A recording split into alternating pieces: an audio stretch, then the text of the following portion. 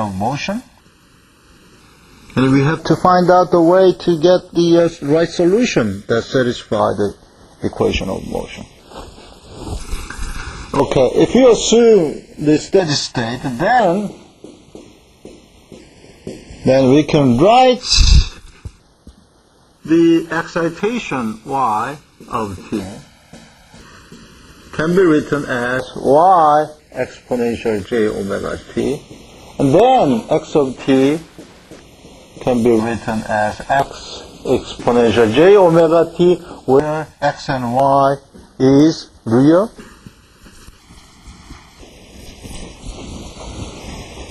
Real? Has to be real? Come on, wake up, students.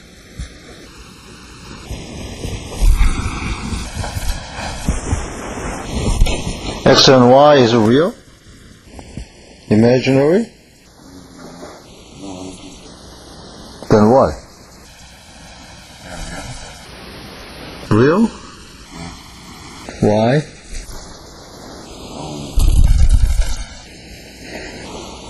Because we are living in real world, right? The displacement has to be real. Is it correct?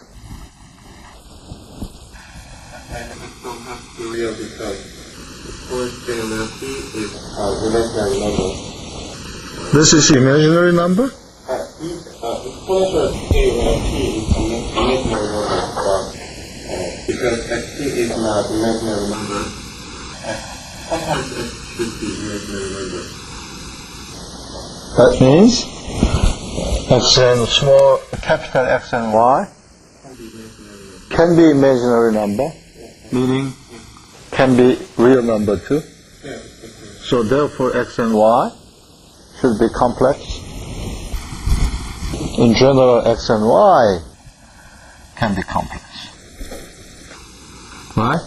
Then the question is why we are using very strange e to j omega t instead of using sine omega t.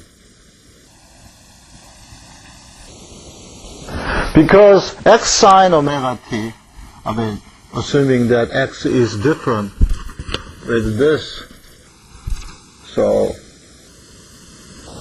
I will use subscript s, then xs sine omega t is imaginary part of this. We can say that, right? And xs sine omega t is imaginary part of this. And y sine omega t is the imaginary part of this. And this is linear differential equation. Therefore, if I take imaginary part, solution, imaginary part of the solution, then that will be the solution due to this. Because this is a linear system. Because we are handling linear differential equation. Right? Right? Therefore, for the convenience of operation, mathematical operation, we are using exponential term. What I get if I take derivative, then I will get j omega y exponential j omega t. What if I take a derivative with respect to time? Then I will get x as omega cosine omega t. The sine is changed to cosine. And the phase difference between sine and cosine is 90 degrees. And here I have j omega exponential j omega t. Meaning that the magnitude is multiplied by j omega, meaning that I'm rotating the y complex magnitude y by j, meaning that I'm rotating the phase of y with a phase of 90 degrees. So it's the same. But mathematically this is more convenient. Okay? So this reviews what I emphasized in chapter 2. And I can see that most of the students already erased completely what I highlighted in chapter 2. Yeah, I understand, because young people has many things to learn daily, so if they think that it's not exciting, their brain system automatically erases what is not exciting. But it is exciting now, right? So you will not erase those things, and that kind of things can be a strong candidate of final examination, your famous OX examination. And I had interviewed with several students who had a very bad score in OX system, and one of the students complained that the way to get a score in OX system, because in the previous time we put 3 points if you get the right selection, you got -1 if you got wrong selection. That means that maximum you will get a 4-point difference.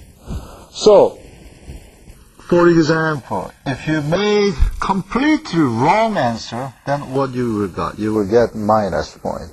And that really violates the law of examination. It's not possible to get the minus score, because that means that your understanding on vibration is pretty lower than when you do not take this course.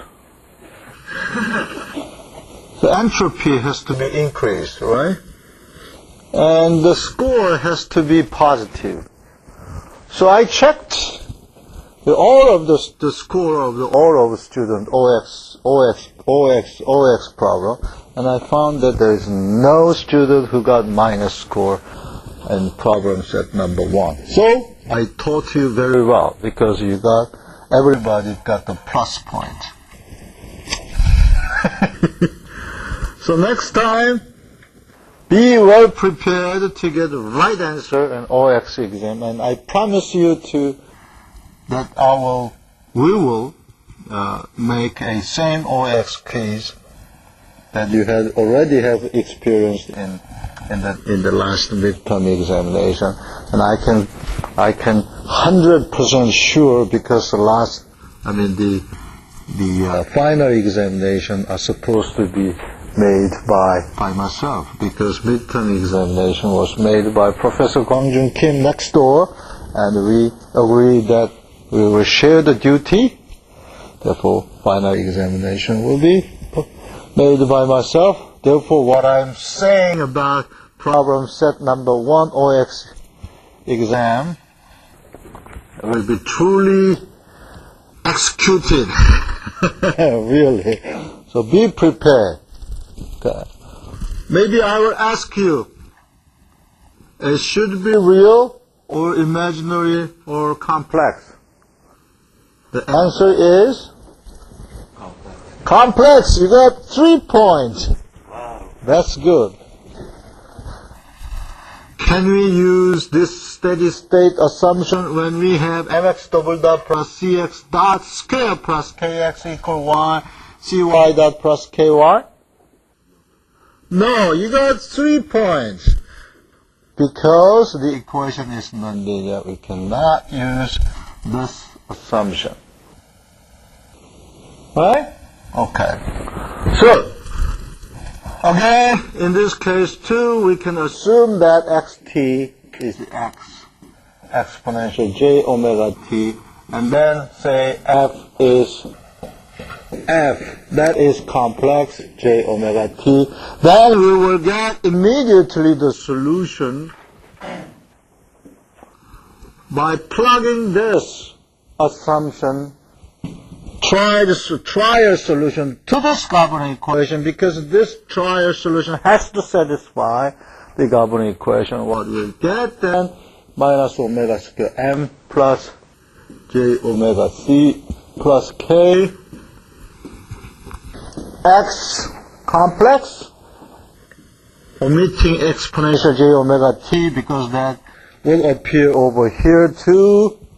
And then what I will get is j omega c plus k